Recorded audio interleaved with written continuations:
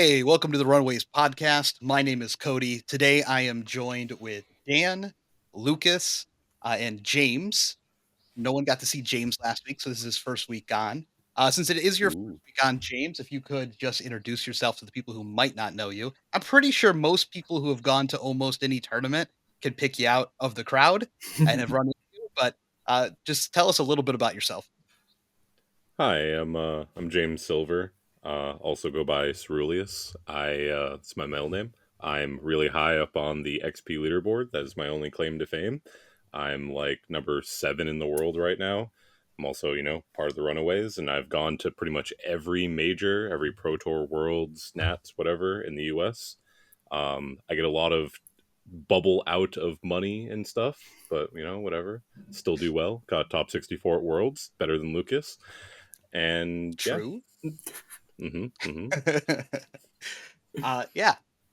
So we're going to start off. We have a lot to cover today on the podcast specifically. So we're going to start off with the big news that dropped that everyone's been talking about on Twitter and dooming about is the new Prism weapon, which finally dropped, and it is the Luminaris Angel's Glow. I like to call it lag. I know the name is up in the air from what people are trying to call it right I now. have a name for But but this weapon, it says if there is a yellow card in your pitch zone, the first attack action card with Herald in its name that you play this turn, and your first Herald or your first Angel attack get go again. So this is kind of like a throwback to the original Luminaris. It kind of fixes some of the issues with the new Luminaris or the one before this one. What do we think of this card? I'm going to go over to Lucas first since you've been playing Prism. What do you think? Is it over? Is it doomed? Is it back? So my first thoughts, I haven't played with the card a whole lot, but the first things that I'm thinking are that this card is not that strong. My current thoughts are that it is slightly weaker than Bluminaris, which is what I'm calling Celestial Fury. I think this new Puminaris is not as good as it looks. That is not going to stick. Ubinaris is not a term that is going to stick. So there are a couple things that this does. First of all, the plus sides. It is just basically one extra resource on your turns where you're just playing your hand. Let's say you have a hand with a yellow card and 2 War Tune Heralds. Before, if that resource card was a blue card, you could only play 1 War Tune, but now that it's a yellow, you can play 2. That's incredibly powerful. Prism being a deck that relies on her resources so intensely, being able to basically gain 1 resource every turn is really strong. It also lets you have your resource cards be stronger cards. So in the past, if you drew a bunch of resource cards, you'd have a bunch of blues. Now, if you draw a bunch of resource cards, you'll have a bunch of yellows, which are much better to play because they do 1 more damage, or in some case are powerful Majestics or Auras. There are a couple of big weaknesses with the card, in my opinion. The first is that you still need to play some number of blues, almost certainly. The deck just has to, even if you're just playing Luminaris. And that adds another layer of things that you have to add to your resource curve. Right now you need your red heralds, your blues, and also your yellows. And if you want all your hands to be red, yellow, blue, that's a little awkward. There's not really a way to deck build to do that consistently. Also, the card is a lot more susceptible to Phantasm Poppers on your double herald turns than Bluminaris. One thing about Bluminaris is even though you are paying 2 resources to gain go again, your turns and your resource curve are built around being able to do that. So let's say you have a hand of 2 cost Red Herald, another 2 cost Red Herald, and 2 blues. If your first Red Herald gets popped by Phantasm, you can use your Phantasmal Footsteps with the 1 floating, pitch your other blue, and still attack with the Herald. If you have the new Luminaris and your 2 resource cards are yellows and 2 cost Heralds, if your first Herald gets popped by Phantasm, you just pass. So there are a little more awkward situations that come up because your resource curve is tighter. Then again, I haven't played with it at all, so I have no idea. Being able to give your first Angel attack go again, as well as your first Herald attack go again, is sweet. The fact that you can potentially go 3 or even 4 wide if they pop one of your things and you can Phantasmal Footsteps on a turn is insane. I can imagine just like pitching a yellow, swinging a herald, swinging an angel, and then swinging another herald. That's incredibly powerful on a turn.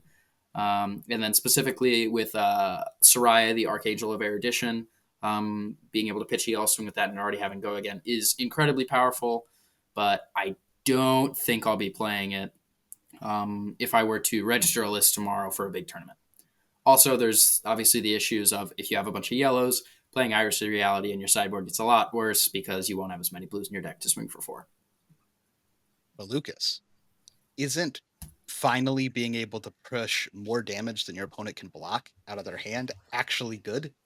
Because currently with Luminaris, you're like capped at 11 damage. You can only do 11 damage a turn. You can finally do more damage than your opponent can block. Well, you can attack with 2 heralds with Luminaris. True.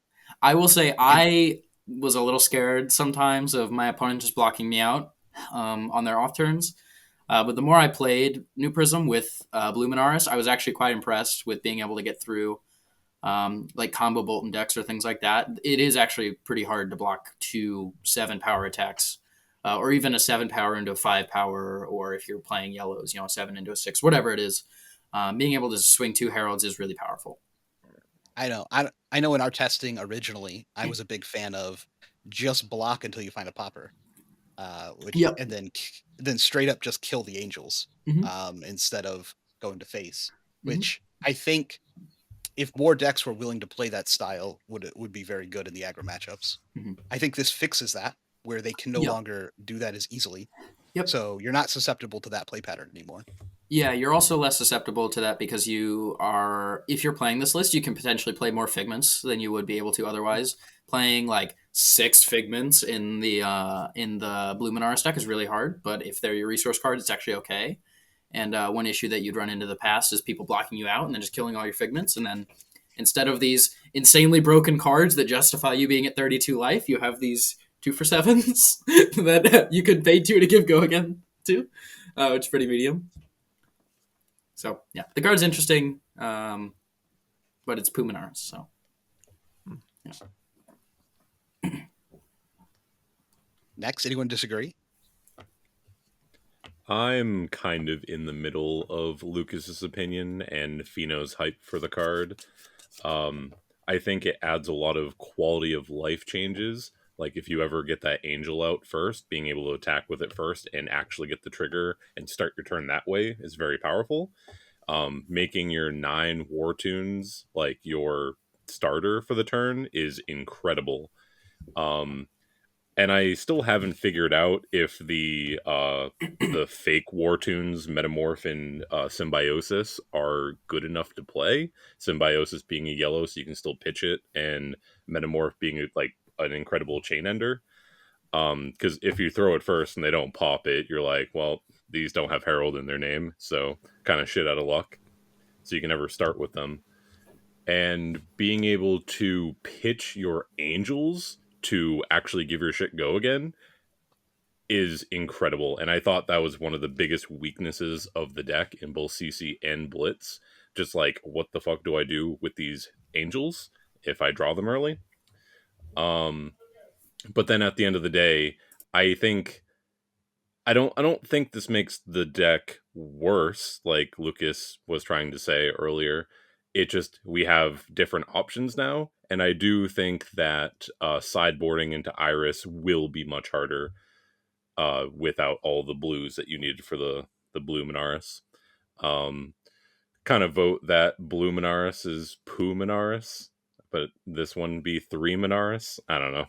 I don't like any of the names. Maybe it will just be lag. I like lag. Simple. Yeah, I like lag. Yeah. I saw it too. Yeah. That might be the name to stick. It's nice and easy. A lot of my points, though, Lucas just said, so I'm not going to repeat him. So I will pass the torch. Yeah, Good. Go. Let's go. Yeah. It might not They're all even be dooming valid. over here. They're dooming in the opposite direction. Everyone on Twitter is sitting here like, it's back. Oh no, I got to play against Prism again. It's all over. The first Lucas and James. It was already bad. It's trash. It's terrible. Yeah. Maybe if you could also play Iris, the card, if you can play 2 weapons. I think this card, I think this you're card is really big. I think you're underestimating the ability for that deck to run yellows and blues. I mean, the original Prism deck ran like 21 blues True, with but original Luminaris. that's true. I will say So the original Prism deck didn't need to play all of the red heralds though. That was the big thing. Was that deck it was did fine not. with just That yellows. that's actually the hard balance point. Like Yeah, that's it's a good like the point. biggest The red weakness. heralds are the Yeah, problem. Yeah. yeah. They even feel like the problem when you're playing with Luminaris. It's like, Yes. wait, no, I can't just play all blues and my whole sideboard can't be yellow auras. Like what? I have to play real cards? It's ridiculous. It's possible that we find, depending on matchup spread, that the yellows are just good enough. Like if they're giving you 2 cards, they're giving you 2 cards, and Oh yeah, like you're fine with that. there's a lot to explore. I think like there's Yeah. so many different things that just nobody's tried yet with Prism. I'm really excited. But Dan, what's your take here? Yeah, so I haven't played much Prism with any weapon, but I feel like the new Puminaris simplifies the deck building puzzle a little bit, and I feel like it should make playing the deck feel smoother because you don't have this additional cost that you have to consider. Like, is it worth giving go again here? Where it's kind of like just built into the game plan if you're playing this weapon. So I feel like for like new players picking up Prism, it could be a nice like starter weapon to get the hang until there's a Runaways video to guide them through the Bluminaras setup. I think that it makes all your aggro matches better by playing this card for the most part. It also means you're not attacking with blue heralds as often, which the couple points of damage is actually pretty relevant in a lot of your race matchups. Oh yeah. So having more Block yellow armor. attacks, having more protections in your deck, these are all like very important things in your race matchups. So I think it pushes the matchups that it struggled into. It makes it better. But then the question is, how much worse does it make your Iris matchups? And that's the spot we're gonna have to figure out, because you have to play Iris. Like you're not gonna play this and push into a Bravo. It's like there's no world where that works. So that's like the next exploration. There's no way you can't do it. We'll see. Okay, so it sounds like there's a lot more to do with Prism to figure out. If we can figure out the Iris situation while also running the yellows, I think it's a big improvement for the overall matchup spread to the deck. But we'll really do need to see about what comes in the next set and if it really puts Prism on blast or not. The next thing I did want to talk about is we got confirmed, it's been like a week or so, that we are having a sealed calling. I don't remember the last time that we actually had a sealed calling. It might have been like 2 I years was gonna ago. say, I think the weirder statistic is that we actually do remember the last time there was a sealed calling. it was Wait, it was wasn't there one at Worlds? yeah, a standalone calling. A standalone, Okay. not a lumped in with the major It was events. Tales of But, Aria. yeah, I think it was Tales of Aria was the last time Yeah. we did it. It was Sincere There Doubts. has there's been a bunch of back and forth that Mhm. I've seen on people's opinions of the sealed calling, as most of us or almost everyone on the team will probably end up going to this calling. What are your guys' opinions of this being a sealed calling right after the set comes out, and with some draft as well? And then what is your general take on a sealed calling overall? Who's first? I have thoughts, but I'll let somebody else go first because I went first last time. I'll jump in. I think the main complaint is around like regions that don't get a lot of callings, which I think is valid, but I think it's like a separate issue. Like they should just have more events. I think sealed callings are awesome. You hear it a lot, like it's the perfect kind of like stepping stone to get from the casual local play to competitive. Check out the tournament scene. The barrier of entry is like the lowest it can be. You only have to learn about one set instead of testing like every deck in the format and figuring out how to sideboard correctly. So I think it's great for giving newer players or people who just haven't competed yet the opportunity to kind of do that at a lower entry point. I think it's just a ton of fun in general. I think for like the higher level competitive scene, sealed can be a bit of a feels bad for that level of a tournament, but I think that's just something you have to accept if you're playing a sealed calling. I think that's fine. I think it's good motivation at day 2, so you can get to the draft portion and try and outskill your opponents then. Yeah, I don't know. I think having the option to play in limited callings and constructed callings is a good thing, where we didn't really have that the past 2 years. So I'm all in. James, I know this is in your backyard, literally. So Yep, how yep. do you feel about your backyard calling being sealed? So I'm currently thinking about judging that event because it's a higher EV in my opinion, since I don't have to, pay for a flight or anything, and I can literally just drive there and back if I want. That's how low I am on a sealed calling. I wish it was a draft only calling, but I understand that is a logistical nightmare for the judges and the staff and everything, and it's not a, like Dan said, it's a harder barrier of entry if you start in immediately with draft. But sealed is such a feels bad. Like, if your pool isn't at least okay, you will not make day two. And that is with every sealed format. And it's just kind of ridiculous for that kind of stuff. I might just play if I can't get in the judging thing. Last time I checked, it was still open. But I don't know. The fact that I'm even thinking about judging and not going to the only calling that's ever been in New England is ridiculous. This area has had a severe lack of events, but we got to drive to Pro Tour 1 and won Battle Hardened at the beginning of this year. I don't know. I'm pretty disappointed, but, whatever. Beggars can't be chooser. I'll just be there regardless. Can always farm cold failure enchants instead. That's before true. they are all gone. Yep. Yes. Do we know what the Battle Hardened format is for the event? It is CC. currently. It said CC, yeah. Yep. Okay, I can judge Saturday playing the Battle Play the Hardened. Battle Hardened, yep. So I am excited to see Seal Callings back. I know that the Seal Callings in Cincinnati and Dallas back in Tales of Aria were huge hits. They got a lot of people into the game. They were really fun to, at least in my opinion, watch. I didn't get to go to them, but they were really fun to watch. And especially at the start of the game, they were really good. Like everybody keeps saying, low barrier to entry is great for new players. I'm not sure, however, that I'm going to be making it out. And it's not because of logistics. It's not because I don't want to pay for a flight. It's because I don't really like sealed. I don't mind sealed as a concept. And I actually think for heavy hitters specifically, they might be able to fix a little bit of the problem that we've been having with most sealed formats in Flesh and Blood, which is there's really only one hero. Bright Lights was, at least in my opinion, a huge letdown for sealed. I actually think it was one of the weaker seal formats we've had, which was frustrating given how interesting it was. That honestly, I think all three heroes were playable in sealed, which is crazy. That's just never happened. There was just the Teklovesen problem made it so where there were a lot more unplayable decks that weren't Teklovesen.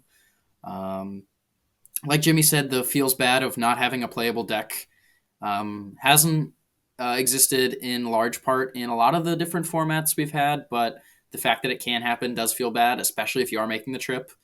And for such a high level event like a calling, paying hundreds of dollars for a flight and a hotel, and then you open your pool and it just can't win games, is really frustrating. But I think if they focus on sealed in heavy hitters and they try to make it to where sealed is a playable format in a competitive context, I think it's amazing. I actually think that LSS probably should put a little more work into sealed in addition to draft. Obviously, a lot of people have issues with draft and Flesh and Blood, but sealed really just, at least in its current state, cannot be a competitive format, in my opinion. But I think the three classes that we have in heavy hitters actually have a chance to change that, all being classes that can potentially beat fatigue is a big thing we've seen in the past. Teklovesen had a fatigue weapon with two other heroes that did not have a fatigue weapon. We saw Assassin back in Outsiders be able to fatigue Rangers and then play against ninjas that couldn't have a functioning resource base potentially in sealed because of the difficulty of getting zero cost blues. And then we've seen the same thing in the past a few other times with Lexi, not being able to be fatigued and things like that. But with heavy hitters, we have three classes that have historically all had fatigable weapons with hammers, clubs, and swords, and all the different stuff. But Warrior, Brute, and Guardian all can beat fatigue, at least in theory. It's still Flesh and Blood limited. I'm sure plenty of games will go to the distance, but I think we'll have fewer decks that are not playable because blocking 12 doesn't work when your opponent gets to pitch a full card to swing a full card. So I think that Heavy Hitters has the potential to actually give us our first sealed format in a while that is fine, and a sealed format that's fine, where every deck is at least playable, is enough for me. Um, I think that I would surely be going if we had a little more time um, before we got the set. Like if we got the set and then I could have maybe a few weeks to a month to decide if I was going to go to the event, I might end up going, but I just don't think I'll risk it because I of think I'm the the opposite here. yeah. I I'm just like don't want to take excited. another I'm bright excited lights. because it's right at the beginning. Yeah, I Like want Yeah, I like do day think it's zero. No I do one think knows it's anything. yeah, it's really cool to be right at the beginning. I'm just scared that it's going to be a dud format, but yeah, but it's I like I the have opposite. faith. So if there was ever a time that you could overcome a bad pool, it would be at Mhm. the very beginning of the format. So That's like true. That's your true. your actual play skill, and then whatever prep you actually put in the Mhm. weeks leading up to it, because we are getting this set spoiled kind of early Mhm. from a lot of other sets due to the event happening in Auckland. Mhm. So because of that, we're going to have these cards and know what's in them way like these this That's set true. and know what's in it way earlier. Yeah. Um, and then you can get some practice in. But because it's the beginning, because people have played so few games of it, this is like when you could overcome a bad pool. That's true. That's true. I didn't think about that. Mhm. Oh, maybe I'll go. I think it'll be a lot of fun. I will agree with you that like the last couple of sets haven't been great, Mhm. mainly due to the fact that the reason Tekla was the best choice was because you only got like 7 red boost cards, if that, out of all of your packs. And like you Yeah. just can't play an Yeah. aggressive deck with Bright 7 lights. red boost cards. Yeah, bright light sealed is just I don't Yeah, think and the then like the set before that, all that mattered was your rares because all the power was in the rare slot for the most part. So if you got playable rares, then you were just way more powerful. And a lot of those playable rares were really good in Azuri. So Mhm. Azuri ended up being the one that you would play most often. Mhm. And so I think the actual issues with sealed has been outside of um, maybe just like one hero is better than the other, and Yeah. more of like pack Mhm. configuration has been the issue lately. Originally, I agree with you that sealed was simply just this one hero's good, the rest are bad. Mhm. But I think lately it's been pack configuration. Hopefully, with this set, it can be different. But I love sealed. I think sealed's fun. I agree. It feels Me weird, but too. it's fun to just like roll up to an event with nothing. You're just Mhm. like, yeah, give me what I'm playing. Yep. Rolling the dice is fun. I think taking something that's either mid to manageable and then like trying to win with it. I think there's some like level of enjoyment I get out of that. Obviously, if you have like a completely unplayable pool, it's not great. But I have found that like taking something that's kind of mid, making it very good, Mhm. um, that gives me a lot of enjoyment in the sealed process. So I'm looking forward to it. I'm excited about it more than I think I would if it was constructed. I would have hated if it was constructed because what the set just came out. Yeah, You have to constructed rush and week put all the one. things Agreed. together. Yeah. It's basically like constructed week one isn't a real constructed week. Like everyone just defaults to whatever the heroes were before the set for the most part. Mhm. Um, and then plays the game. And I think this is a great way to have like the very first calling. So I'm pumped. Yeah, I can get behind Yeah. that. And to your point, Cody, like even if your pool is amazing and you just play bad, you can cover it up by saying my pool is unplayable. Yeah. Take all Great. personal Win-win. responsibility away for failure. Yeah. It's either the pool is bad or you're a genius and you made this pile of terrible cards work. I will say sealed gets a little bit less fun when the event gets the bigger the event is, I find the worse the sealed is. Like I think sealed battle hardens are like peak enjoyment for me for sealed. Yeah. The calling will be enjoyable obviously Mm. because it'll be fresh. But once you start getting into like 500, 600, 700 people like sealed events, you basically just have to open cracked. Um Yeah. if Yeah. it's like later into the format. Yeah. Yeah, So I do think having sealed work well is like super important though. Like I think having sealed callings is like kind of crucial. Like I lived that experience of the low barrier of entry and like the magic days. Like my first and only big magic tournament I played was a sealed calling basically. It was a GP. And like if it was any other format, I'm not even considering going. So hopefully they can make the sealed formats a little bit better. Yeah. And I think we have the groundwork. I think Flesh and Blood's a game that can Mhm. have good sealed. Yeah. We just And I need to think make you're it right happen. about heavy hitters, Lucas. Like it's set up to work, Yep. at least be like playable for sealed, right? It's just Yeah. they all Well, have this good is weapons such in yeah, theory. this is such an important set, like for limited Yeah. and for constructed. Like I think that they with the classes that they have and the meta the way it is, I think it really can be like an absolute slam dunk. Yeah. Um, Agreed.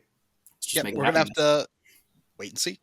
I mean, it's legitimately not that far. Like a month away, we're gonna have most of the cards in the set, or are about to have most of the cards in the set. So Yeah, Prism will be the best that's deck, and you know.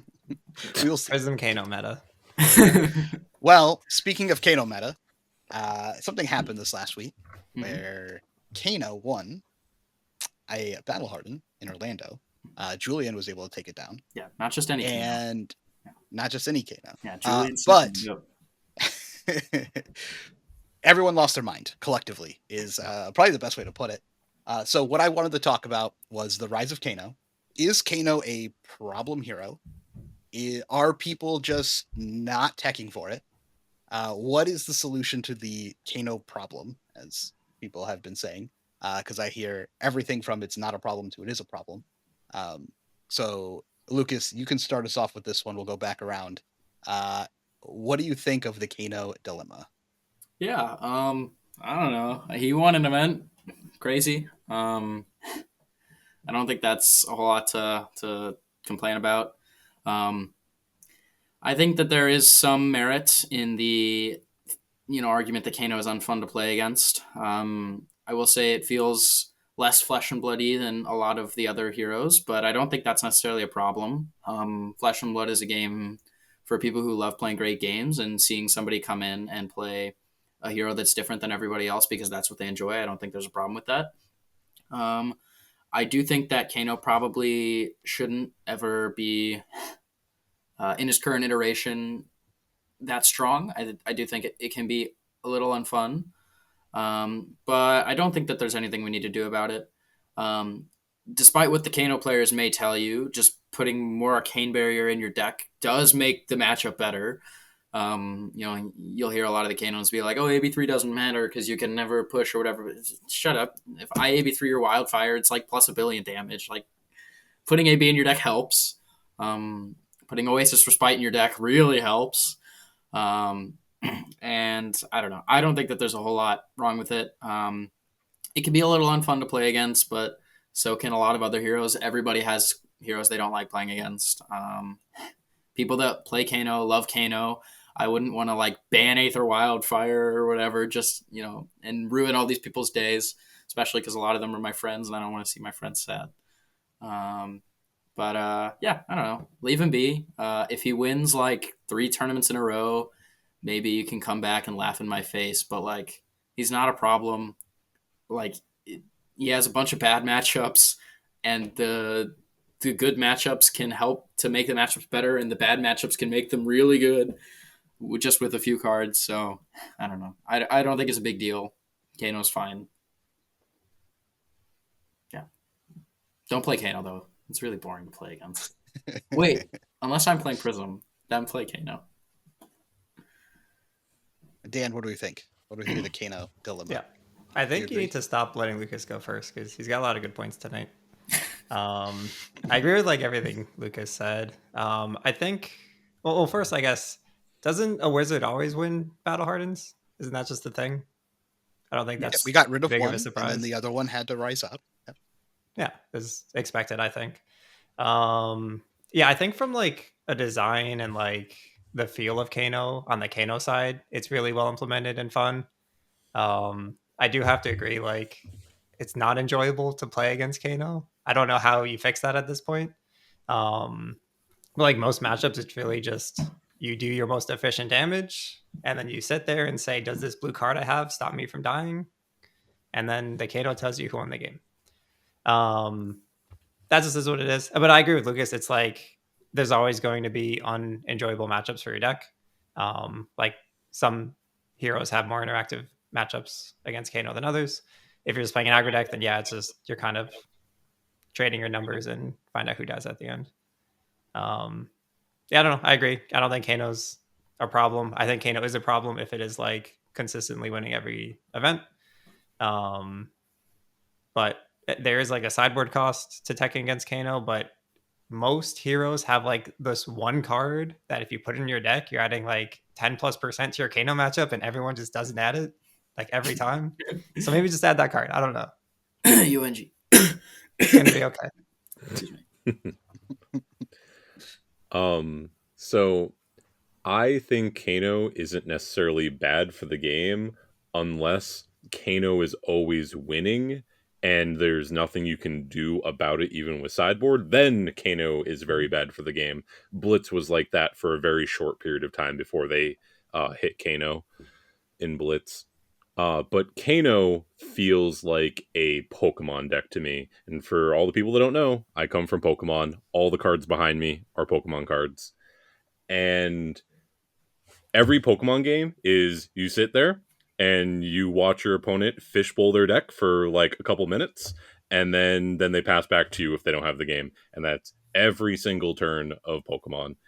And like Pokemon metas, everyone you don't get a sideboard in Pokemon, so you have to mainboard your sideboard cards, and everyone goes to major events assuming that everyone else is going to sideboard for the Kano type deck, and then since everyone assumes that, then the Kano deck can eventually win.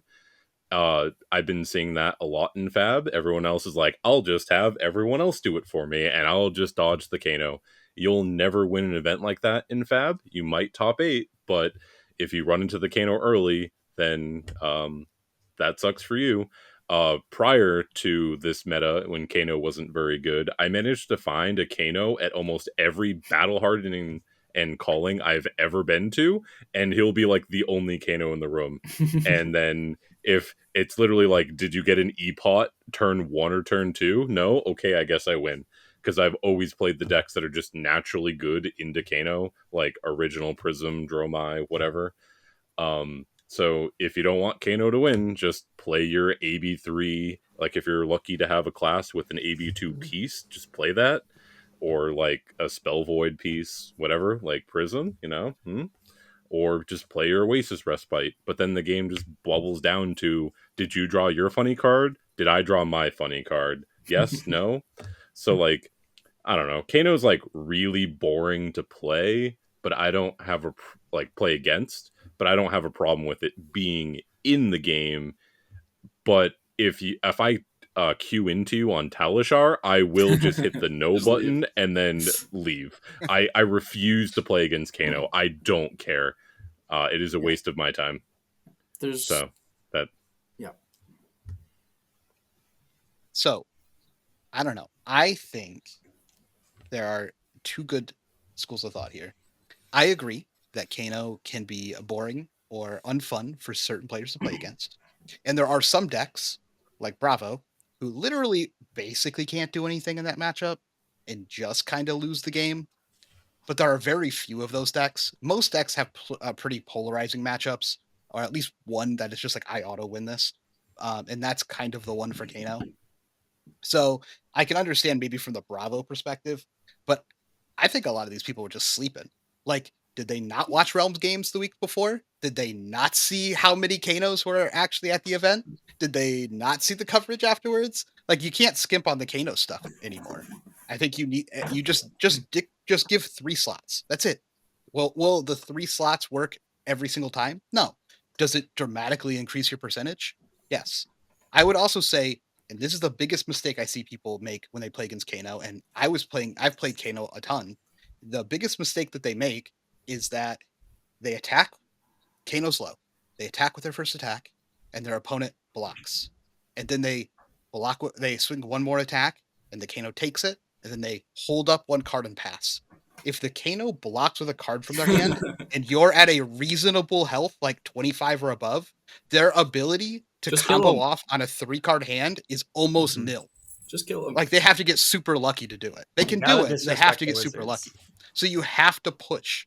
You have, like, if they give you the card, it means I'm trying not to go off this turn. I'm just trying to not die.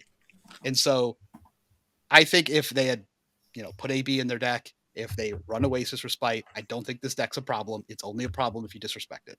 Mhm. And I think everyone was disrespecting it. So agree. I think calling for bans or calling for nerfs is just kind of ridiculous at this point. At this point, I agree. But like theoretically, Kano It can is get possible, a million. yeah. Yeah.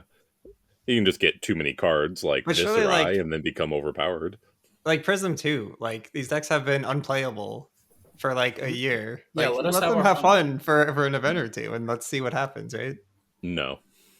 Okay. not Kano. I think Kano's in a great spot right now. It's formidable enough to win an event Hmm. if people are like slacking off against you, Mhm. but it's not like oppressive where every player is going to pick up Kano because it Yeah. has the best win ratio. Just Right? play Like, mech if you're worried about it. yeah, it's just like it's in that spot that's just like just perfect enough where it can Mhm. still win, but it's not overpowered. If it got some better cards or some other things that fed into the combo, now I think that would then be a little sketch. Then we would be worried. Yeah, I agree. It's like the same way I feel about Fi. If he gets more consistent, he's also probably too good at this point. Yep. So don't disrespect your Kano, Mhm. especially not locally, especially not at the medium events. You can disrespect Kano at like a tier 4 event, like the upper levels if Kano's Yeah, there like were no underplayed because there's like Kanos at five or Worlds. yeah. If there's like 500 or 600 people in the room, you can be like, okay, the 8 Kanos who show up here, that's fine. But if you're showing up to like a Because it's battle always the hardened same or a number, calling right? Like or, whether or there's something, yeah, whether there's 40 or 400, there's still always like 5 to 10 Kanos. yeah. Yep. If you're showing up to like a 100-person battle harden, maybe put some Kano stuff in, Yeah. Yeah. in your sideboard. So, but that was exciting. It was good. The games were very entertaining. The stream was great. I loved watching everything that happened over at Orlando. So the next thing here, and we do have a bunch of these. We have a new section. It's going to be podcast questions that are given to us from the members of our Discord. So if you would like to ask questions on a future podcast, or if you'd like to just get better at the game, I would encourage you to join our Discord. The links will be below. But we have a bunch of questions here that we are going to get through. We'll start off with this. What is your approach to evaluating your hand and possible blocking options when facing an attack? I realize This from Kyle. one, yes, you can. I realize that you can try and map out all the possibilities when you're blocking, but he would like to know if we have a system to quickly determine what the best option is. And as you mentioned, this is from Kyle. Yeah, I didn't realize there was more question. Yes. Yeah, I there's mean, more I questions always in the refer to question. I always start by referring to the value math, right? That's kind of like baseline flesh and blood theory. Your card's worth 3 on average because you can block 3 with most cards. So that's your baseline. Mhm. So you just do the math of like if I hold, you usually have like a couple lines, right? Like either hold the hand, block 2 cards, swing 2 cards, right? So you do the math. If you attack with all 4 cards, how much damage did you present? If you block with 2 cards, ideally for 6, do 6 plus what do you do with those 2 cards? Which number is bigger? Um, you shouldn't just like slam the bigger number every time. There's a lot of nuance and context you have to take into account based on the current game state and the matchup and your game plan for winning the matchup. But I do that with pretty much any blocking decision. I just double check that math every time and say, does the math check what my brain is telling me to do? Yep. When in doubt, math it out. Do the math. There's Yes. Check the really math. there's like a 3-step process though. It's like the first thing you Mhm. look at your hand is what do I want to do?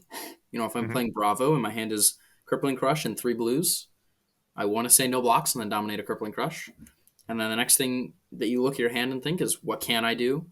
I also can, block with 3 cards and swing hammer for 4, or block with 2 cards and swing an arsenal. You want to look at all the things you can do, right? Eliminate any bad lines like, IPing yourself or anything like that. And then the next thing is what are they letting me do, right? If they are just throwing raw damage and, like Dan said, the highest math is just dominate the Crippling Crush, you just dominate the Crippling Crush. They play a snatch, maybe you reevaluate. But really, it's what do you want to do? What can you do? And then what are they telling you to do? And Mhm. like Dan said, through all of these steps, do the math. Yep. And just for people, most people know the math, but if you're missing the math, we are valuing the cards at a minimum of 3 each. Obviously, if you have Well, not a minimum, like but yeah. Well, we're looking to get 3 value out of each card minimum. Mhm. I would say lately it's been a little bit higher than that. But if you're looking at a 2 block that swings for 4 or blocks for 2, obviously the higher math value here is swinging for 4 if you have the available action points. So that would make like your decision a little bit easier. It's a very simplified version. We actually have a video on this that will be coming out probably within the next month that breaks stuff like this down a little bit better. Yeah, the most The instructional thing that I've told to new players is a great card. That's an example is Enlightened Strike. One thing I'll see a lot of new players do is every time they draw an E-Strike, they'll put a card on the bottom and choose Go again. But if the card you put on the bottom is a 3 block and you could have blocked 6 with those 2 cards, probably better to block 6 than attack for 5. It's not just each individual card. I think that's been the specific interaction that's helped most people in my experience. Mhm. What separates like a good player from a great player too is going to the fourth option of having a game plan, and you look at your hand and you're like, do any of this matter for my game plan? Uh, and getting to the point of actually having a game plan is both in deck building, knowing like how to play into every deck, what cards matter, but then that's a whole like different discussion of what even matters. And then it's like knowing when to break the first 3 decisions of like, is it okay to ever like IP myself? Is it okay to take a bunch of damage to do what I want, like the crippling crush thing?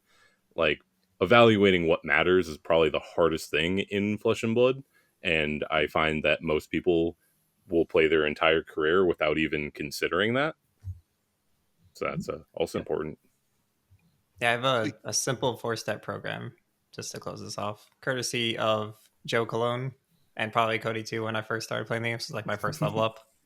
So what you want to do, you want to think, pretty much everything James was just saying. Step 1 is think. Step 2 is do the math. Step 3 is double check your math. And step 4 is to think again and make sure what you thought about the first time makes sense now that you know the math. If you do that for every like turn cycle decision you make, I guarantee you'll like double your win rate. Is that why it If takes you're not so doing that long for already. you to make decisions? Correct. Dude, mine was Correct. only 3 points long. Oh, that's why I've never gone to time. Well, we're old now. Hey, dude, so I've we gone have to to time like double-check. once in the past year, and that's because I played Fatigue. Okay, next question here, and I do apologize if I butchered this name, but Juha would like to ask, in which ways would you attempt to improve the Fab Draft experience next? LSS has tested generics, shared talents, hybrid cards, multiple heroes per class, and a single class set to add more choice. And then what do you think is left to be tested? So one thing the first question being, in which ways would you attempt to improve the experience? I would Yes. take all of the things that were just mentioned that we liked and do those, because some things were not as successful as others. I think the hybrid talent system was a huge success in Tales of Aria. I think that was, a lot of people think Tales of Aria was the best draft set, and that's why they think that most of the time, right? Is that you had these generics that weren't generic in your earth cards, your ice cards, your lightning cards, and then your elemental generics, right? I think that set was great in terms of being able to stay open and choose your hero later. Obviously, there were other issues, but that was There was really only nice. 2 heroes. That's Mhm. that was the big problem. Yeah, the problem was one of the heroes was much weaker.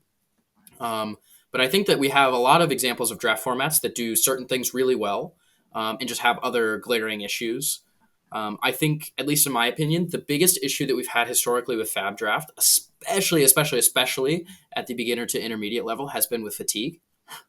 Fatigue is an important part of Flesh and Blood, but I think at some point, Fab Draft can try to make formats that have this be less of an issue. Whether that's have all of the heroes have a lot of evasive damage, like for example, have a format where it's all dominates and arcane damage.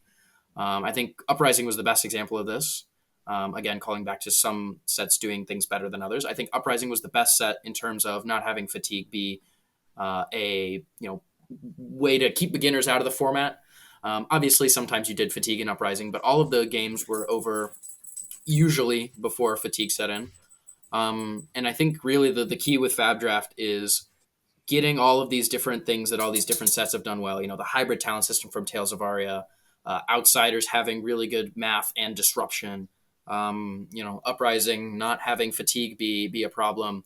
The Bright Lights having all of these unique ways that you'd have to build your deck for the different matchups and all of this different stuff, and being able to incorporate multiple of those per set without having some of the problems we've seen where one deck is better than all the other decks, or one deck is easier to draft or easier to fatigue people with, because a lot of these sets have had glaring issues. Let's be real. and they're pretty solvable, at least in my opinion. Yeah, I would agree. I mean, I think this last set we just had, Bright Lights, I think is very good and very a big movement into the next direction. My biggest complaint has almost nothing to do with the drafting experience of Bright Lights and everything to do with the play experience of Bright Lights. Yeah. Well, I think this was one of the first sets in a long time that had a lot of skill on the draft side, a lot of skill on the play side. It did have a bunch of situations that invalidated all of that skill just because of how boom grenades and overpower and things like that functioned. You could just kind of get blown out of nowhere, and it kind of Yeah. felt bad. So you had some Yeah. like really high variance points. However, all the points around that, all three heroes are playable. And they all you have to build your deck in specific ways to counter each hero. And it was like the first time that the entire time you're drafting, it felt like you were actually making constant, actually making choices of what cards you're going to get. You don't just pick like the first six, picks are like, okay, I have choices here. And then afterwards, you're like, I'll just take my class card. You had to keep making Pack 3, choices pick all 9 the way down. matters. Like, Yes. And so that was like a big improvement. I think Bright Lights is not my favorite draft set. That'll still be WTR. So something they could try is 4 classes because that seems to be real good in WTR, and we have not had that yet. There's Monarch. been no draft set with 4 real class. Monarch did have that. I love Monarch. No. Arcane Rising, come on. Not real. But I will say that that's maybe the next step is maybe we could combine these things with having 4 classes in a set for draft instead of 3. Mhm. Yeah, I do think Bright Lights was pretty awesome from like a competitive perspective. Like if I had to play a tournament with any stakes for draft, I want it to be Bright Lights 100% of the time. Just because Yeah, I feel I would like go I back. don't I just agree. lose Yeah. because of the draft process. I get to like actually play the games. Like there's a lot of variants like the boom grenades in the gameplay, but I just such it feels bad when like you get train wrecked in the draft, and that's just not a thing in Bright Lights if you know what you're doing.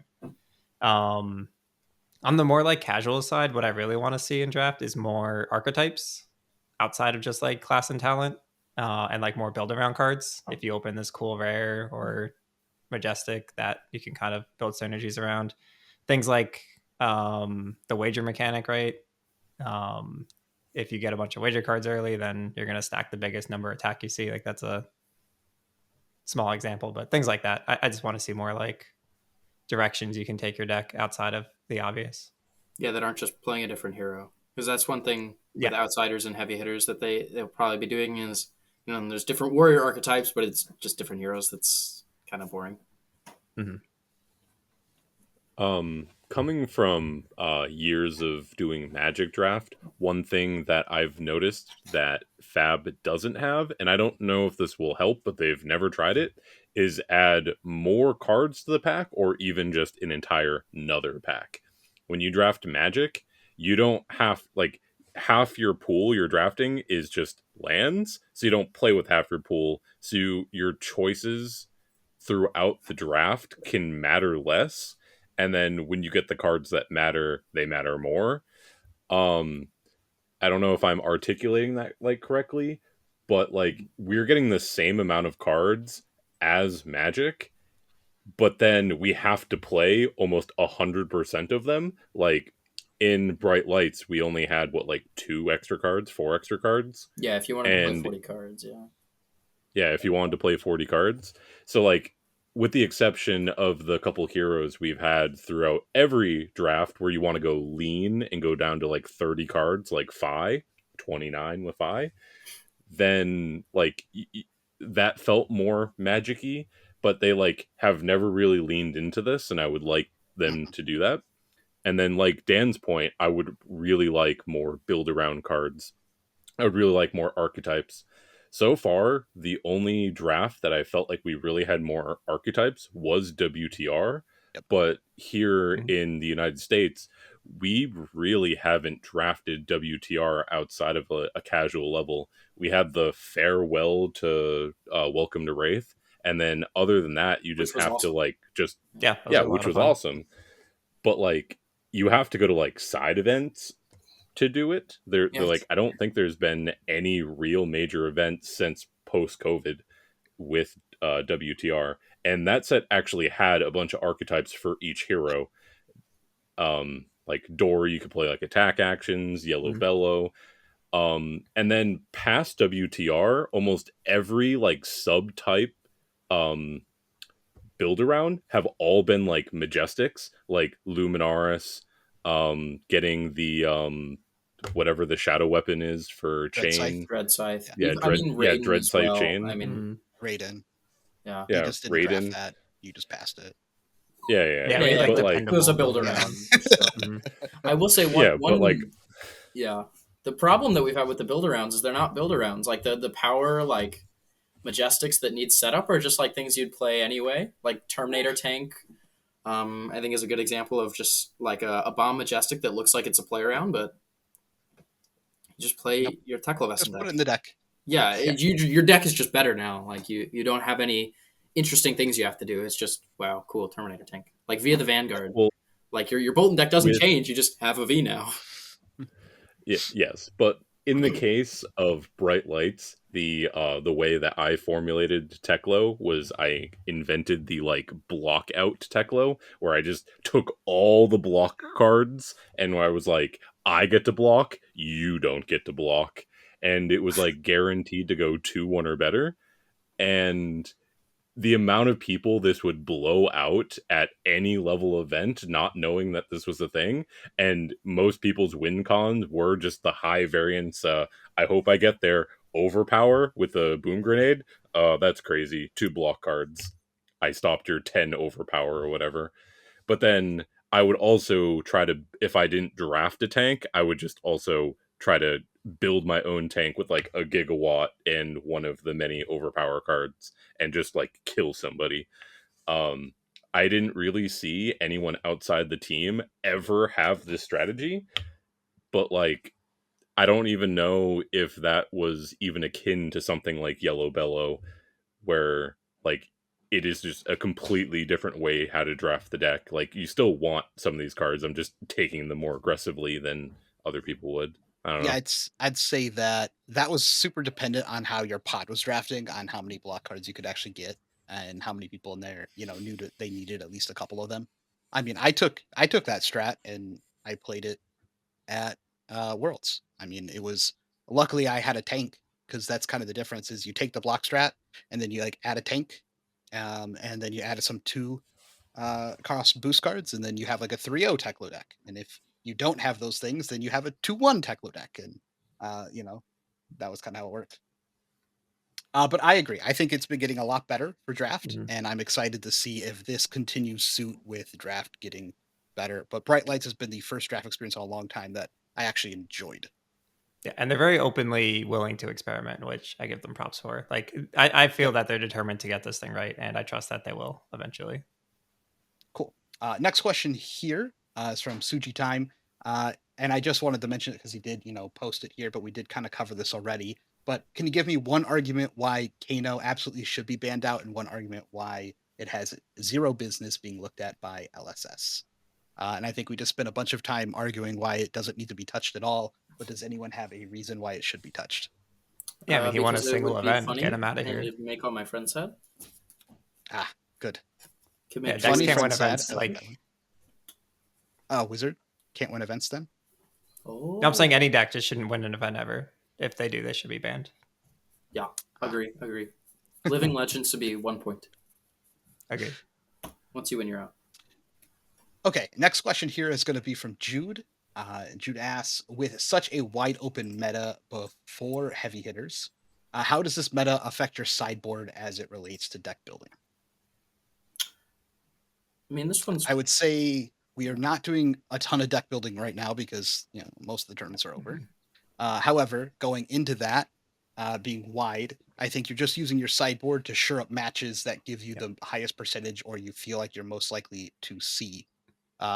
If you are a deck that loses to Dromai, you are going to put 0 sideboard slots to Dromai because you just don't care about improving that one. You'd rather make your other matchups unlosable, or the ones that you can actually sway, you'd like to put your points into that, i.e. Kano. You should put 3 of your points into stopping that if you're going to an event. Yeah, I agree with Cody there. Yep. Agreed? Okay. Next question here from Vanity is: do you think Wizard is such a big problem because it? Because excuse me. Do you think Wizard is such a big problem because any wizard existing in the meta alone eats a lot of sideboard space? Would a 100 card deck be a solution? And I don't agree. I think we covered this as well. It doesn't. It's not that many sideboard slots. It's like 3 to 5 sideboard slots to get like max percentages out of this. We're talking about like Yeah. two additional arcane barrier because you're already running one most of the time. So you put in like 2 more, and then you put in like an oasis, and then if you really want to get fancy, you put in 2 oasises. That's like 5 slots. You also can just not, which is the other thing. It's like Kano winning a battle hardened doesn't mean everybody's playing 77 card decks now. Like, you can just not play Arcane Barrier, or you can play 1 Arcane Barrier. Like, it's just another thing you have to sideboard for. Like, Dromai existing doesn't mean that every deck has to play 9 poppers. Like, you can just not play poppers, and you can have a worse Dromai matchup, and that's okay. Yeah. Yeah, if your deck like fire some aggro deck, like it's fine. You're still probably like 50+%. You just have no fallback plan, and that's okay. Yep. This is like the same argument for like fatigue decks. Like the big issue there was that tended to take like 5 minimum slots to combat fatigue strategies when that was the big thing back in the olden days. Also, sometimes you just couldn't. Yeah. Like, you just couldn't increase your win percentage with some decks. Yeah. So I definitely don't want to see the deck size increase because I don't like building decks, and that's more cards I have to search for. And I think it's fine as is. But if we just accept that Kano won and then don't put in the AB, then Kano wins the next event. So, which we already talked about. Kano's not going to play Kano because Kano just won. So now everyone's playing AB. I mean, sure. But then everyone, like all of us, are just like, oh, everyone else will do it. And then everyone else has that opinion. So then you just have to guess right, I guess. Yeah, it's just, you got to weigh the cost for your deck. Is it worth it? Okay, next here from Kuzco. What class and potential mechanics is everyone looking forward to the most in heavy hitters? Dan. Yeah, this is easy for me. I'm looking forward to more dice rolling cards for my KO cube. And I'm hoping we get a big boy KO in CC who doesn't roll dice. Okay. I just think he's cool, but I don't want dice rolling to be a part of CC any more than it already is. Yeah. I agree. Okay, Lucas, you can talk now. Prism. No, but for real, it's Guardian. I love Brute and Guardian both, but Guardian. I'm a Guardian. It would be nice to have a playable Guardian in this meta. Yeah, agree. I just love blocking with like some cards and hammering. I just want to hammer people. Unban Witch as well. Unban ult them. James, are you excited about anything coming in the new set? I am not excited about things. In fact, I am maybe worried about this set, unless it's a Bright Light's power level, then I'm not worried about anything. But I get the feeling that the Tolarian Community College box thing was a bunch of spoiler cards for the next few sets, and the Brevant deck buffed the tower mechanic back from like Crucible of War and WTR. And that is not a world I want to live in, where Bravos and whatever the new Guardians just get to do like 16 Dominate, Crippling Crush. I'm going to wager that I do 10 damage or whatever, and then I'm going to snowball these into the end of the game. If they have the pitch stack for that, that's sounds fine. awesome. Dude, that sounds awesome. I'm definitely playing this deck. If they do it for cycle, that is not a world I want to live in. If there's dice rolling cards for KO, I don't want to live in this world. I already hate Scabskin's Leather. It is the worst card they have designed for competitive play. If they make all of these cards good, then Prism's not going to be good, and I'm a illusionist main. That's what you think. But Kasai's cute, so I guess I'm excited for her. Yeah, I like Kasai. That's a lot like of text on one card, and that makes me happy. And I did play Yu-Gi-Oh! Text. That's pretty cool. I like text. If the text box has repeatable text on it. Ooh, that gets me. And a you lot get to of the banish time. cards. Yeah, we're Ooh. getting there. We're getting there. Yeah, I'm someday. also pretty excited just to see if there's anything I can steal and put in the Levia deck because I feel like it uh, only needs like one more card, maybe. yeah, Like it's anything's just so gravy. close. Yeah. Yeah. Also, we have the expansion slot now. We can just be excited about anything. I could just say I'm excited to get new Kano cards because it doesn't matter because this is an expansion slot. It could be anything. True. It's like the best thing that Fab's done in like a year. I think the community would just explode though if we got a Kano card. Dude, who That's cares? The just community's gonna unacceptable. explode if we get like a Brevant A support. Prism Like, card? yeah, the community exploded and we just got Puminaris. Like, who cares? ADC God asks, who wins in the Runaways internal tournament and why is it naive? I Okay. hate to tell this to you, it is not naive. It is not And, naive. I think Naive's a good we bet, have though. data that it is Ethan Van Sant. it is Ethan Vincent. Before Naive was on the team. Yes. Yes. Yeah, this was before naive. We might run it back. Internal tournaments, we are playing decks that we are testing, and someone is playing a deck that they have 1,000 games on. So he kind of Reasonable. smushes everyone. Yeah, I have no chance in that kind of thing. Like if it's not a tier 4 event, in my mind, the event is just preparation for a tier 4 event. It's one of my like improvement things for next year. I got to take callings more seriously, but I legitimately just treat them as practice for whatever major's coming up. Yeah. Which is kind of just wasted opportunity, I think. Agree. Yeah, I feel like I'm like the weakest like locals player. Like I go to locals and I win my locals quite often, but like I feel like I am so easy to beat at locals. It's like not even funny. Like it doesn't matter how long you've been playing the game. You could totally beat me at locals. But as soon as that becomes like a a PTQ or an RTN, like it's like a whole different game. Like Dude, I don't even try so those. those as soon as it gets into a level where there is any pricing that's real, I feel like I am way harder to beat. Yeah. No, I like at Armories, I intentionally make the suboptimal play just to figure out how it plays out, right? Like if I'm between two lines and this is what I normally do and this play sounds terrible, but like maybe it's playable, I'm taking that terrible line just to find out. Yeah. This is actually a pretty interesting He just says that because talk. his locals keep beating him. Like that. Hey, I won with Levia my first time playing it last night. I got my cold foil Santa Claus. Because you didn't know Because what you Dan, were doing. I remember you and I had this conversation earlier in the year where it felt like we were playing some games on autopilot and just kind of zoning out. And this was happening at like Battle Harden's levels and below, and some games in the calling. And I know I spent a lot of this last year trying to refocus, starting at like the locals level of just playing the game engaged the entire time. Yeah. And I think that's one of the struggles is as soon as you play in some top eights or you play or for a lot of money, going back and then trying to play smaller events, sometimes you just like disengage halfway through a game where you're like, it's probably already over. Type of feeling. Yeah, that was rough for me this year. Like coming down from the Worlds high last year, I like started the year slow because I was like, this doesn't matter. I'm just waiting for the next Worlds. And then I found out I couldn't play the next Worlds.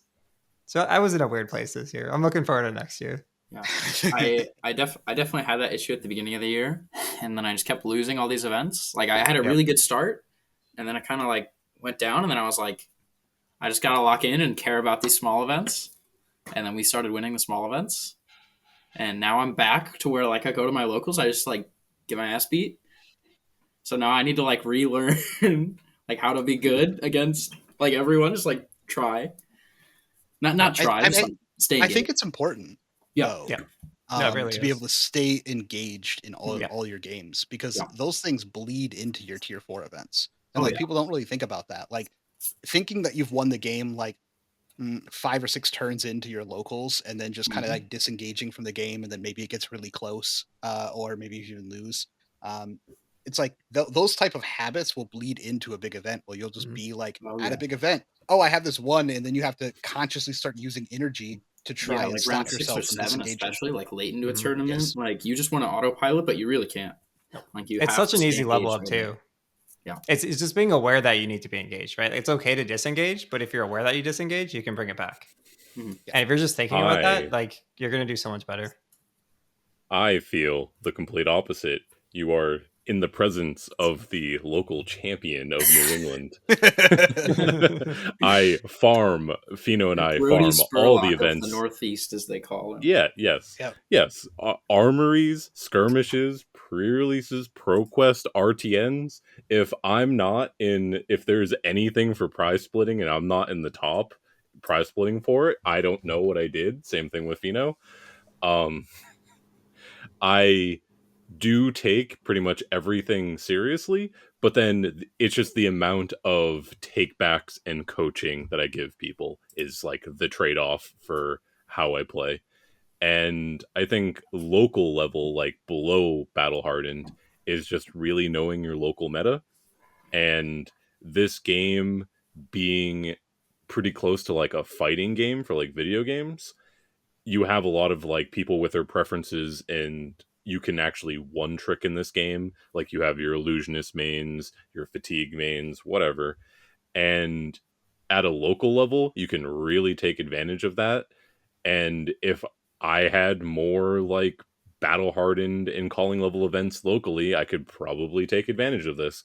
But I feel like New England's pocket of players is so different than the rest of the United States and the world that I don't really get to take advantage of that.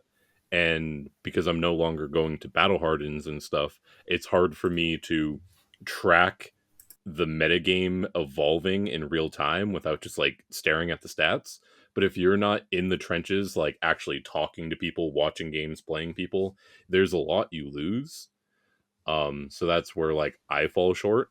And then even if I manage to metagame correctly, I always manage to hit the Kano, so it doesn't matter, even if he's not meta. So now that he is meta and I have the cards in my deck for him, I'll never find him. Well, you did Such is mention life. something that leads into our next question here from Hussey, and it's how do you all behave differently at each tier of event? Like an Ooh. armory versus a PTQ versus a calling. He mentions here that he continues to think about the recent pummel hit trigger that wasn't announced at the competitive UK event, and how he would choose to act in these situations with thousands of dollars on the line. Um, I want to put this in two categories, I guess. It doesn't matter what level the event is. If it is a automatic hit trigger, I just do the hit trigger. That is how I personally play the game. So if the card is not optional, and I don't believe Pummel and Command and Conquer and these cards are optional, uh, they say on it just do the thing. I just do the thing. I never really wait for my opponent to verbalize it. If I'm giving up some EV that way, I'm giving up the EV that way, but that's how I practice and that's how I expect the game to go personally. However, if it comes to optionals or takebacks, I used to be a lot more lenient at major events when, hey, can I have my tunic trigger? Hey, can I take this back? Those type of questions. I had to stop doing that as often because I was just giving people things that I would never take myself, which felt unfair to me. Also, with the new take back rules, it shouldn't really be on you as often, and they should be calling a judge to ask for a rewind, um, without you really having to make that decision. But no, I don't like if you swing your Chromai and you don't mention that you have an action point, and then you attempt to play another card. At some point, I'm not going to call you out on that because you just got the action point. Chromai just said you get the thing. Um, that's how I personally feel. But this is like a person to person thing. There's not like a Yeah. of how you handle this. Yeah, so I'm in the same boat with you, Cody. I actually still have the problem where I'm way too lenient with takebacks. Something I need to work on. I actually think I have a pretty unique experience on this. I've spoken to a lot of pro players on this topic, like discussing, what would you do and what do you think about it? And a lot of people have had very different answers on what would you do, how would you conduct yourself? But generally, there is a consensus that what, at least from what I've heard from most people, I'm not going to say anyone because they might disagree, but generally, what is in the rules is what is in the rules for a reason. And at least my personal rule is if something is wrong, you call a judge, and then whatever the judge decides goes. You can appeal. to the next judge and the next judge, but whatever the ruling is the correct ruling. So something like the pummel hit trigger classically, if the judge rules that you don't have to discard a card, then I think it's perfectly reasonable to wait for your opponent to tell you to hit the discard trigger. I think, especially at these high level events with thousands of dollars on the line, you should play to the rules. And while I think in that situation I definitely would have just discarded to pummel and not even waited for my opponent to discard, I don't fault anyone for making that call and waiting, because that is what the rules say to do. Now, if you're angle shooting or you're rule sharking or you're bending the rules, yeah, don't be a scumbag. But if it's in the rules, and it's especially if it's relatively clear in the rules, just follow that. That being said, at armories, don't. I think part of the question, how do you conduct yourself at different tiered events? I think stuff like that at armories is just not the type of thing you should be doing. Practice how you play, but not like that. Yeah, I'd like to add a little bit, maybe color here. Is there? I agree. Like, if you're going to play that way, like the rules are the rules that way. That's why I'm very specific about every hit trigger, announcing everything, playing as clean as possible is like a huge focus for me. I think personally, the reason why those automatic effects I don't try and gotcha on people with is more of a thing of like, I just want to beat people. Like, Yeah. I don't want to beat them because they missed a trigger, because I expected that trigger already happened and I've already planned everything for it. Like, I just want to beat you. Like, I don't want to beat you on the rules. Like, if you make a mistake, that's different. If I just waited for you to say a trigger and you didn't verbally announce it, then that feels a little bit scummier to me personally on how I want to win the game. Yeah, I can go through my how I think about these things. I tend to align with like the different tiers for the rules policies. So casual, competitive, professional. At the casual level, like I'm more like this is for testing or having fun. If you want to rewind like 3 turns ago, we can go back 3 turns and figure it out. That's fine. Whatever benefits both players the most for casual, that's what I'm down to do. Professional is kind of the tougher one, or not professional either. Professional is easy. Professional tier, if something goes wrong or a player wants to take back, whether it's me or my opponent, we're calling the judge. It's not either of our decisions to make. It's the rules are what the rules are. The judge is supposed to make that decision for you. Just call a judge. It's that simple. At competitive tier, for me, it's more like the type of event matters a little bit. And if I know my opponent is newer to like competitive tournaments, I believe the intent at that level is that it's meant for players to learn how to compete and participate in competitive level events, right? It's like getting ready for professional. So I usually allow at least like 1 minor take back per game, where it's more about like educating the opponent about like, no, like it works this way. It's probably good to call judges in those spots too, just so like the education is there on both sides of like how that should be ruled. But yeah, I'm probably too flexible at competitive level events as well. Like I've been caught helping my opponents beat me at callings when they tell me like they're new to the game. Like, oh, that's great. This is how you win this matchup. Like, no, don't make that block. That's find out what you want to do. That kind of thing. I don't know. It's like it's such a personal thing at that level, I think. But professional, I think you should just play by the rules. If something is out of the ordinary, call a judge. That's not your decision to make. It's probably the same at competitive as well, though. To kind of like go deeper into what I said on the last question with mine, it does completely matter on what level I'm playing at. I learned the game through playing original Prism, and like the best example is I have like an arc light out, and at a armory level, I will go in detail and explain to my opponent what Arclight does if they're new. And if they like just still try to attack me or whatever and not understand, I'll be like, no, no, no, go back and explain. Now we level up and we go to like a Pro Quest or an RTN. I will still explain this to them. And if they get it wrong, that sucks. I tried explaining to them. And I may even tell them being like, you should probably just attack this with your weapon or whatever. But if they still do it wrong, well, I tried to explain it to them. And then at a professional level, I will play Arclight, like at a calling or at the Pro Tour. And if they don't know what it does, I don't know what to tell you. Where like you can ask a judge on what this card does. Um, but like when it comes to things like the pummel trigger or whatever, I'm on the Cody boat of automatic things happen. I expect them to happen. I will still announce that my Chromai gains me an action point or whatever. I try to play as cleanly as possible on my board.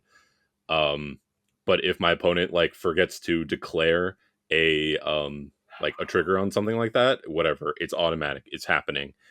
Now if it's something like a snatch or like a Kyloria where it's like on hit draw and then they don't draw, that's where I'm just like, I don't like, personally struggle with at like a professional event of do I tell them to draw their card or do I just wait for them? Usually I tell them to draw the card, and that's usually to my detriment, reminding them of their beneficial triggers. I think at a Um, professional level, uh, I I'm fine with not telling them to draw off their snatch. Anything lower than professional, I would tell them to draw off their snatch. If yeah, I always look at like, it like if the onus is on me to do something because your thing hit, I'll do the thing because that's fine. But if like the onus is on you to do the thing because your thing hit, like that's on you, right? yeah, I agree. Like at a ProQuest RTN, I'll just I'll tell 100% you. just tell them. Yeah, I'll just Yeah, yeah. calling. I'll tell It's you how to call it. I don't even yeah, care. at a Like calling. But like at a Pro Tour, I still like I'm also a tournament organizer, a TO, and it's like so hard for me to turn off the switch for teaching new players. And I'll sit down across from like Lucas and he'll forget his draw and I will just be like, Lucas, you forgot your draw, you smell. And he'll be like, oh, thanks, man. Yeah. Well, I do think the new rules policy like helps a lot. says that Yeah. they'll get that back anyway, which you should Hmm. still call the judge at professional level Unless for they've sure unless they've if already it's like like way drawn up. later. Yeah. Yeah. Um, Yeah, I wouldn't stop them if they like wrote down the health and like looked around and then was like, okay, I passed. Oh, I got to draw it. And like they just like draw, do the thing. I'd be like, okay, whatever. Like that's mhm. all within the same like scope. That's fine. Obviously, if they draw their hand of 4 cards and then say, oops, I didn't draw for my snatch, we got to call a judge because like Yeah. there's probably Hmm. nothing we could do at that point. Right. Yeah. The Um, intent of the new rules policy is that like you're not supposed to get skill checked on triggers. yep. But at a certain point, like new information is gained and it is too late to go back. But currently, I believe those would usually get rolled back if you don't new information isn't obtained. Right. Yep. Okay. Good topic there. The last question by Thargor for tonight is when testing as a team, do you find alignment on a matchup approach be important? So when testing as a team, do you find alignment on matchup approaches to be important? For example, if someone is approaching a matchup as a fatigue game and someone else is playing a different build or a more aggressive approach with a better win rate, what is the process to resolve that? And then how do you then handle groupthink? I think this is a very technical question. I think if anyone had the best possible answer to this, they would have the best practice possible, which is always the goal of every top team is to try and find a way to maximize practice. But I don't think this is as big of an issue as people think it is, because most top players already agree on how to play the matchup or the direction to play the matchup. It's typically what cards fix this matchup more than other cards. It is very rare for a bunch of top level players to sit down, look at a matchup, and all like disagree wildly on how the matchup should be looked at. Yeah. And most of the time, this is just done through data. Like if we disagree, which has happened sometimes, it's just data. We just look at what is winning more, what is more consistent, and we'll go from there. Yeah, I think even the individual cards can kind of extend this question. Yep. I think ultimately, even if you're a team, every person is doing what's best for them and what's going to help their win percentage the most. So, we can use a wild example of playing two different matchups a different way, like Oldham and Alexi, for example. You play fatigue them, or you play super aggressive. Um, Ultimately, you should, at least in my opinion, just do what is the higher win percentage for you. If you find in testing, if your whole team says that you're supposed to fatigue them and it's a higher win percentage, but you you personally have a higher win percentage playing aggressive, then you should play aggressive. But generally speaking, I think that happens, like Cody said, pretty rarely. And even with smaller card choices, usually it's pretty clear when a team has put in the work and done enough testing, it's pretty clear which the better choices are. But pretty much anytime you walk up to like a team, like if teammates are playing different lists, if they have like micro changes in their lists, it's because they said one of them was like 2 days before the event, they wanted to radically change everything. They wanted to change like 2 cards, and that's why their deck is different, because they didn't do enough testing. Like you look at our Icelander deck that we played at Nationals, we all 4 Runaways that were playing Icelander, myself, Dan, Cody, and Jesse, we all had the same exact list because we put a lot of work into it. We did a lot of testing, and we all found through testing what the best 80 was. Even though some of us, like myself, may have changed like 5 cards the night before without doing any testing, because Cody is a genius. But generally speaking, it's pretty clear what the data tells you to do and how you're supposed to build your deck once you put enough of the work in. It's a really good point, though. Like, I think we do a good job of like having these findings and bringing our findings to the table. But at the end of the day, like you have to make the best decision for you as a player. Because there are cases, like I think about like the 5 versus Bravo matchup back in the day. Like, should you be playing defensive and subbing at Artivore, or is Artivore like the only way to win that matchup? And that was something we disagreed on for a while. And like ultimately, you should play to whatever fits your play style and is working for you. Yeah, I mean, I think most of the time when this happens, it's just like, not to give too much sauce away, but it's just like, what's the disagreement? It should be played this way, or it should be played this way. Okay, assign people to do those things, and then like come back with findings on what feels better, and then look at the data. Look at what makes more sense. And sometimes option A might be the best way to play the matchup, but option B is the only sideboard slots you have available, and it's good enough. Yep. And like that's like a whole different level of deck building to think about. But it's not very often that you just have like 2 opposing sides that are just like this late into the process. Early in the process, a whole bunch of this, and that's great. Late in the process, almost everyone's just going in the same direction, or they've already accepted that it's a them thing, and they're just gonna do their own thing. Yeah. If you put in the time, like you're gonna have the conclusions. It is rare that 2 strategies are like that close that you can't figure it out if you play enough games. Yeah, something's gone horribly wrong if 2 people just completely disagree, like late. It just doesn't happen. James, any thoughts? Agree? Pretty much everything was there that I was thinking about. Just I would say everything we've done as a team, there is things of contention at the end, but then if you know that something is wrong, but you don't know how to figure it out, it's probably just better to go with the flow than wildly add 5 cards to your Icelander deck and change your deck to your detriment. I top 4'd the event. What do you mean? No, that was the right call, 100%. You can't get less detrimental than that. Yeah. Cool. So in the future, if you want to ask a question for the podcast, feel free to join the Discord. You'll see the link below. Also, if you just want to get better at the game, that is kind of what we're trying to do there, is give everyone a place where they can collectively get better at the game for people who are like-minded and want to work with. That does wrap up our podcast. I do appreciate everyone staying tuned and listening, but we have been running for a little over an hour now, and I am hungry, so we got to go. So goodbye. See you guys. Bye, so guys. long. Yeah, we're getting rid of the envelope here, 7 but envelope What we could do in here is go ahead darkness. and play the envelope. All 3 pitches of envelope and darkness.